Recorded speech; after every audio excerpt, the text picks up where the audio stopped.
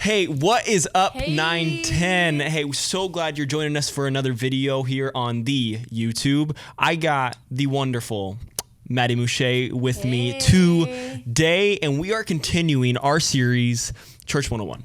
Church 101, where we are discussing what we do, and we're discussing why we do it.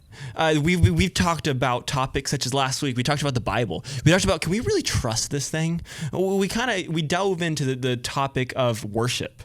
What is worship? Is worship just singing la la la la, or is it something that we actually are? Is it actually an identity piece of us? And we kind of started this whole series talking about the reason we do any of this. The reason we have any of this is simply because of God. Is this God real? Can we trust this God? Is this God good? And hopefully we found that he is so good, and our response is simply just to worship him, read about him, do life in a way that glorifies him. And one of the most important parts about that is who we do this Christian life with. There is an idea in the world right now where we have never been more connected. There are not more areas, avenues, ways you and I can just connect with each other, whether it's on social media, whether it's on Zoom, which is like a 4-letter word to some of y'all, whether it's on, I don't know, hey, get on a Zoom call real quick, bro. I don't know, like FaceTime, whatever. There are so many ways from Snapchat to Be Real of ways we connect with each other. But yet the amount of statistical numbers of suicide, of people that say, I feel so alone, because they go, who I chose to do life with on a regular basis, I missed it. And so today we're going to talk about what are life groups. What's the importance of life groups? What's the importance of even having a mentor? What is a mentor? Should I even have one? Should I start to think about one? And we're going to talk all about these topics. And I don't know, Maddie, what do you think? Yeah, I'm just so stoked to talk about life groups because they are essential to our Christian walk, and they're actually what we're made for. If we look at Genesis, like God was in perfect community, and he's created us for that same community. If we're created in the image of God, then we are created to be relational. And I think that stat of like us being like more connected but more alone than ever before just proves that point of it's not about how many people we see, but it's about the depth of these connections. And I love that in Genesis 1. I love that the first problem that the Bible ever solves is not a sin problem, but it's an isolation problem. The first problem the Bible ever solves is a problem that goes, you know what, man, you're not meant to do this alone. Like, I love that part. Yeah, no, totally. So we're just going to talk about, what does a life group even look like? What does it look like to have these relationships that will foster growth, and our relationship with God will be carried through? So I just have like 4 things, kind of like a cycle of what a life group looks like done in a healthy way. The first thing that's like essential to any good relationship with people is an authentic connection. We like crave authenticity now more than ever. I think a lot of it is because of social media. We see the highlight reels, and we see this picture of what people want us to see, but there's not a ton of depth. And when we do get a taste of that depth of relationship with people, and we see those walls come down, I think we really crave that. And there's something about it that we feel connected to a person. So we can't be authentic if we're putting on a mask. We can't be loved if we're not ourselves with people. So in this, to be authentic means to resemble what the original was. So if we go back even to Genesis, the authenticity of relationship is the authenticity of that relationship is what we crave. And I think we just have this temptation to have it all together. I don't know about you, but I for sure feel that. The more and more I can appear that Braden Waite has it all together and is the man, I love that. I love that feeling. I don't get that feeling very much. We love it, but like, what about, I know the people that I look up to in life. Oh, yeah. If they seem like they have it all together, they're kind of unapproachable. Oh, yeah. And you don't really actually know them. You like think they're cool, maybe, but you don't have any depth of relationship with them. And life groups are a place where we get to practice this. And we can't have authenticity without vulnerability. So that like kind of leads me to the next thing of, what does vulnerability look like in a life group?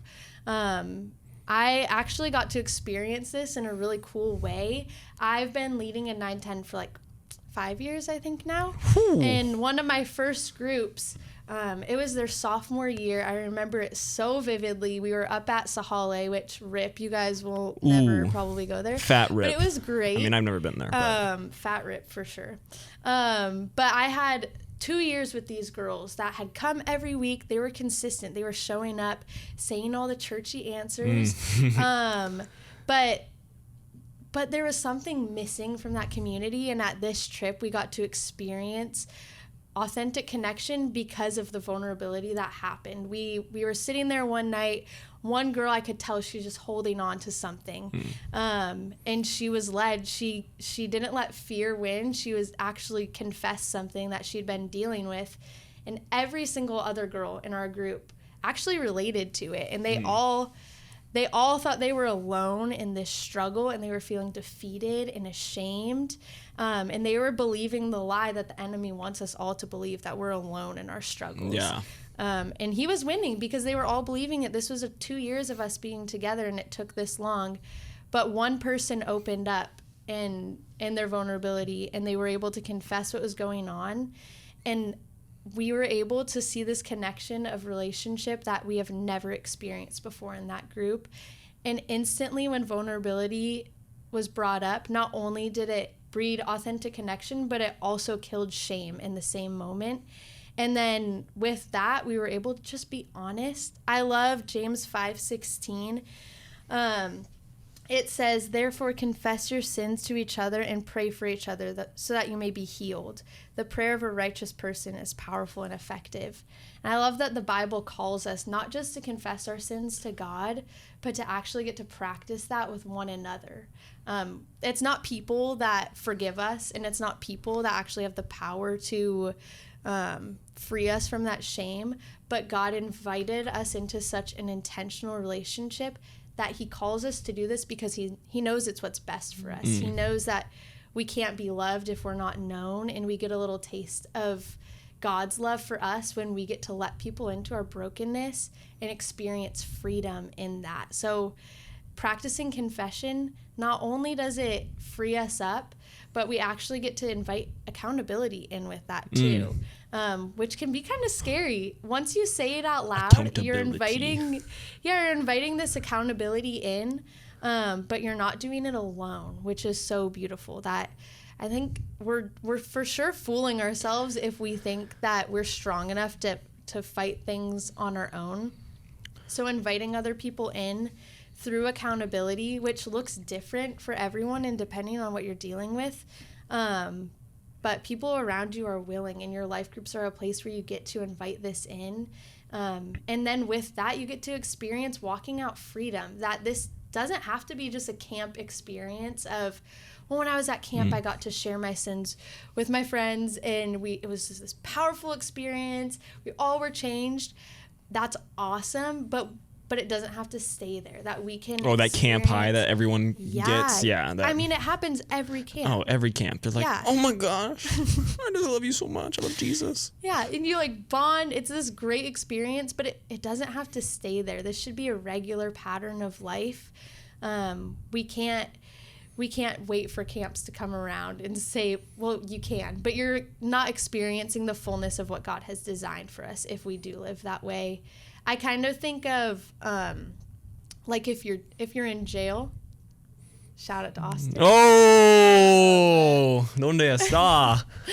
But if you're in jail, you're handcuffed. Someone comes in, uncuffs you. Shout out to Austin. Uncuffs you, but then you leave. Maybe you walk around. You come back and you put your handcuffs back on.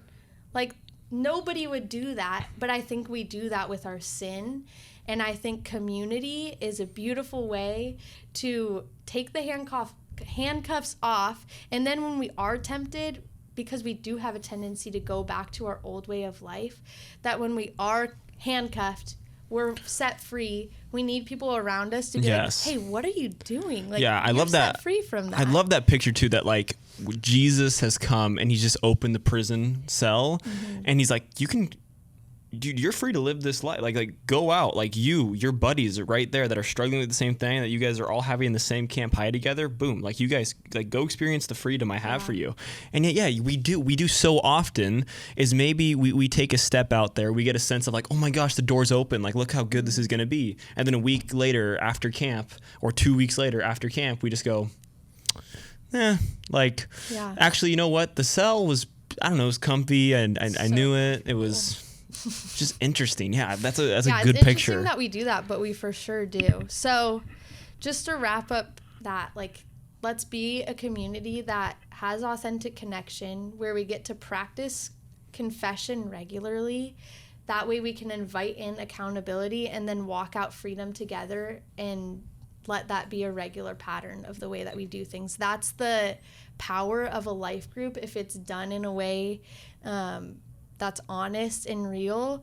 And then I think Braden's gonna jump into like, what is the opposite of that look like? What are we settling for, guys? And I hope you caught that story in there. I hope you picked up on that, because that life group story just doesn't have to be that life group's story.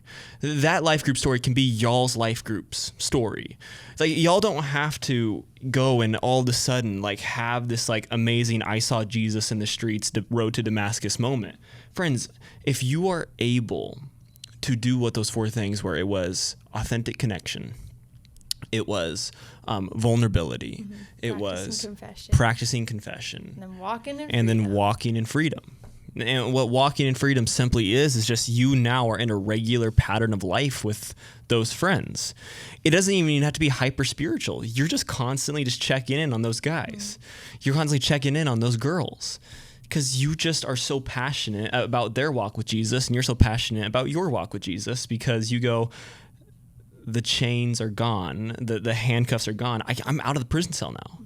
But so often we choose the opposite of it. And I don't want to tell you guys this to make you feel I don't know, sense of shame, sense of guilt, sense of I could be doing better. Because hey, maybe you could, but I just want to give you a sense of maybe this is where I'm at right now. Maybe this is where my life group's at right now. And here's what kind of what a life group shouldn't look like. One of the first things there is it's inconsistent. Maybe that's your presence in it. It's just inconsistent. I don't think you can ever walk throughout life and feel any sense of success. No, not success. Any sense of significance if you're not being consistent with it. It's not that any of these great people throughout history, or these great athletes that we know of that are just significant athletes that have made not only an impact on that sport, but an impact on culture. They were people that consistently showed up and showed out. And friends, if we want a great life group that is not only successful, but also significant, then we need to be more consistent in that. Some of us don't feel the presence of God because we're not really that present with God, and we're not present with many other people. Or there's this other one where sometimes, guess what? We're fake. We show up to group and we are fake. We are a hypocrite. We are a hypocrite. It's you guys know what the Greek actors, right? Yeah, with the masks. That's what a hypocrite was. A hypocrite was. And it's funny how you and I tend to show up, and we show up to church around people that honestly are probably struggling with the same thing that we keep in our back closet, and we just don't want to say anything. There was a study done by this famous theologian. His name's A.W. Tozer. He is a great goat. Guy. He is one of the best, and he has these 7 rules for self-discovery. And the premise of the study is that you need to identify who you are. You need to identify who you are, and you need to identify whose you are. God's not interested in you, in your projected self or who you pretend to be. He's interested in who you actually are. He's interested in he's more interested not in the dream you have for your life. He's interested in the greater purpose he has for your life. And I'm just curious, like, you ever met people with a extraordinary ability to lack self-awareness? Don't point fingers, okay? Like, have you ever met people? I was on a plane one time, and I got my AirPods in. Of Of course. And I feel like AirPods are the universal symbol for like, I'm not available Do right not now. talk to me Yeah, right now. please just don't talk to me. Absolutely. And this guy kept like tapping my shoulder, going like, hey, where you going? Where you going? And I'm like, no, sir. I'm like, Arizona. We're on a flight to Arizona. Not to the Grand Canyon, though. Not to. Of course Okay, not. well, that's a tough spot. I was like, we're both headed to AZ, and I'm like, where are you going there in Arizona? And he goes to Grand Canyon. I'm like, shut up. Okay. And I was just thinking, when I think back to that story, I was like, if we can miss the lack of self-awareness socially, we can miss it spiritually. If we pretend that we are some sort of projected self, and we show up to a group as a projected self of who we are, then friends, can I tell you, your life group probably is never going to be that significant in your life because you never showed up to your life group. Yeah. You never showed up to who you actually are. Tozer will talk about you are the company you keep. And I bet you in that life group, you have friends around you. That is the company that when he talks about, just the people around your life. And can I tell you, they want to be in your life. And let's not be fake to them. Let's be real. Be real. If you will, to them. And this requires a sense of that we're not going to be surface level. And all these, if you're inconsistent, if you're fake, if you're just surface level, if you're not getting anywhere below to where the depths of where pain is sprouting from in your life, because I promise you, can I tell you, like, I don't think anyone's really alone in their struggle. I think there's always someone in the group that tends to go, me too, man. Yeah. Well, and I love that even Jesus doesn't call us to do something that he didn't do first, right? Exactly. Like Jesus, the one who would have been capable of being a loner and doing things by himself because he's powerful, like he demonstrates for us what it looks like to be in meaningful connection with other people too. Yeah, exactly. Exactly. He is the best demonstration of what we have, of what being in a life group with a group of people should look like. Because he was, after all, probably the best, which we're actually going to talk about next. He's the best mentor you could probably ever have. Great. Transition on into that. Yeah, mentorship. What is it? Why do we do it? Do we need a mentor? Who knows? Let's find out. So I actually have gotten to experience mentorship, which I'll get into a little bit later. But as I was thinking through mentorship, the wonderful Mr. Miyagi popped into my head. The Karate Kid? Familiar with him? Wax on, wax off. Yes, Daniel-san. So if you haven't seen Karate Kid, what are you even doing? You need to watch that movie. So good. But basically, there's this boy, young man, Daniel, who is wanting to... He wants to fight the bad guys, basically. Okay. The bullies. He needs to learn how to stick up for himself. So he's learning these... He seeks out the help of Mr. Miyagi, this great man, and he starts telling him to do these kind of weird things, like waxing his car, wax on, wax off. And then what else is there? He's like painting the fence. Oh yeah, he paints like a fence. Tasks. There is the Jaden Smith version where he like puts on a jacket, takes off the jacket. There is the time that they're doing, I don't know, they're like running the Great Wall of China. I'm familiar with the Jaden Smith version. Okay. Well, both are great. You should watch them. I don't know if the Jaden Smith version's great. I don't know if I'd describe it that way. It has Justin Bieber's song in it at the end. And there's just no turning back. Yes, so good. But Mr. Miyagi is basically Daniel's mentor in this movie, asking him to kind of do these things that Daniel doesn't see in the moment are actually really beneficial for him in the end. And I think that's kind of what mentorship can look like in our lives. Just inviting somebody else in who has experience, who's not the same age as you, and who has lived through life that can look into where you're at in high school right now, where everything feels like this is your whole world. Being able to have someone else come in and just help you see things a way that we just can't is super powerful. Another way I like to think of it is, I don't know if you guys ever have to get up in the middle of the night, go to the bathroom or get a water, whatever you're doing, but you like stumble into things. It's dark, you're like moving around, you're stumbling into stuff, and then as soon as that light turns on, you're able to see everything clearly. And I think mentorship is similar, where even if it's not the light where we can see everything, even if it's just them holding out a little flashlight for the few steps in front of us, mentors have this ability to come into our lives and speak truth into situations that we don't actually see and we can't see. So I actually have Paige Payne. Shout out to Paige. She has been my mentor. Austin Payne's wife. Who's Austin? Oh. Paige, you guys, if you don't know Paige will actually be speaking in the series with Austin. Oh, just wait, you guys. Paige is one of the most incredible people. And the reason that I sought her out is I just see the way that she walks with Jesus and this confidence she has in who the Lord has called her to be and the way she leans into that. And I saw the way she lived and I just said, I want to follow Jesus like she is. And that's actually what mentorship in the Bible looks like. We see like Paul and Timothy, where Paul writes like, follow me as I follow the example of Christ. And that's simply what mentorship is. It's pursuing wisdom through intentional relationship where we get to, we're just following someone as they follow God. We're not trying to be them, but we see wisdom in what they have experienced and what they know. And we get to invest into a relationship that wisdom is led in on. And they're an encouragement. There's someone who loves you enough to speak hard truth into your life. And I hope this for everyone.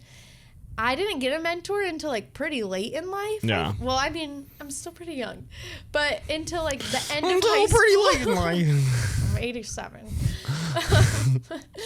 I didn't get a mentor until later. But I still remember things that my mentor taught me in high school and now things Paige is teaching me.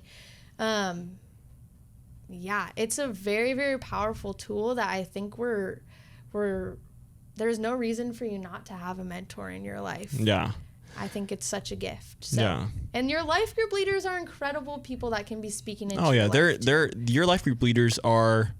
I would love if those were the first phone calls in your life. Like I would love it too. Yeah, when stuff hits the fan, that's the first phone call. Or when stuff's going really good and you want someone to celebrate with. Like I think we need to find more people that like cheer each other on a little bit. Like I wish there was a little bit more of that. Absolutely. And I'm guilty of it because one of my love languages is sarcasm. So, but like I think we do need a little bit of a culture of just like we're gonna be like cheerleaders a little bit more to one another. We're all running a race, and I don't think anyone's ever heard their name shouted in the stands and gone like, "Mom, shut up." Okay, I might have done that, but I think we need someone to cheer us on and someone to challenge us. Yeah, we both need cheerleaders and challengers in our life, and that mentor can be that person in our life. But here's the problem is that a mentor, we can make the mistake a lot of the times if that mentor has no age or experience over us. Your buddy should not be your mentor. Even though his walk with Jesus honestly might be really good, and maybe you look at his walk with Jesus and you go, I want it to be like that, he still shouldn't be your mentor. Because he doesn't have, there's this funny thing. I never got this when I was young. I'm still young. I'm 87.